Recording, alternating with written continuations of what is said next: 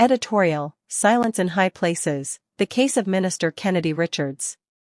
In the corridors of power, representation is not just about being elected, it is about standing as a voice for the voiceless. Minister Kennedy Richards, Member of Parliament for Point Fortin and a professional pilot, remained silent while his fellow pilots, including his brothers, protest for better wages. One must question the principles of representation and solidarity.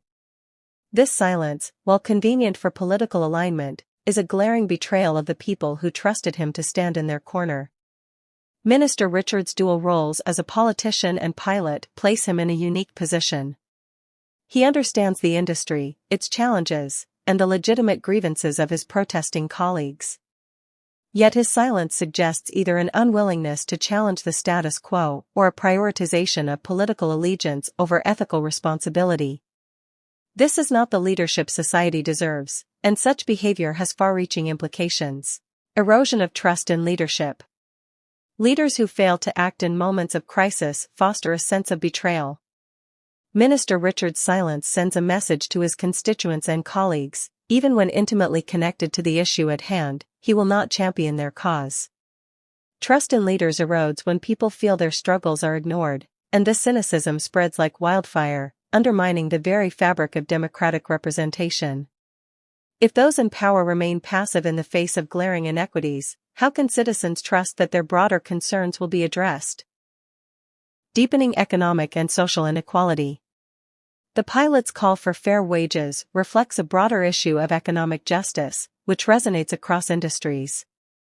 When political leaders fail to acknowledge or act on such issues, it perpetuates a system where the wealthy and powerful thrive, while working professionals struggle to make ends meet. For Minister Richards, whose privileged position allows him insight into both the aviation sector and policymaking, silence is not just passive, it is an active choice to maintain a status quo that disadvantages workers. When leaders remain detached from the economic realities of their professions, they exacerbate social divisions. This breeds resentment and distrust among the working class, who increasingly feel abandoned by a leadership class that seems more invested in preserving their status than ensuring equity. Undermining the spirit of unity and advocacy. Unity is a cornerstone of any functional society. When individuals with influence and shared experiences fail to stand in solidarity with those fighting for justice, it weakens the collective push for change. Minister Richards, by distancing himself from the plight of his colleagues, sets a dangerous precedent. If those with power refuse to advocate for their own, it discourages collective action and silences voices that might otherwise demand accountability. This lack of unity has ripple effects. If pilots, essential workers in a global economy, cannot rely on one of their own to advocate for fair wages, what hope do less connected workers have?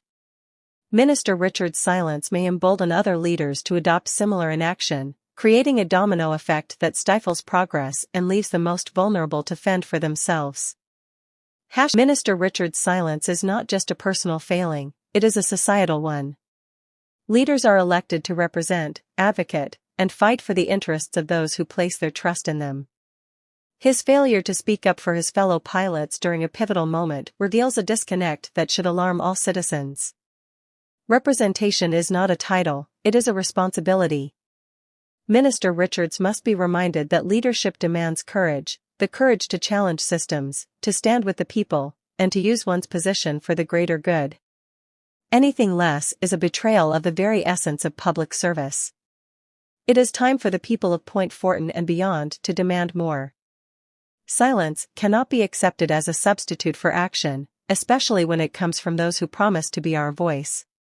Leaders must not only listen to the cries of their people, but act in their defense.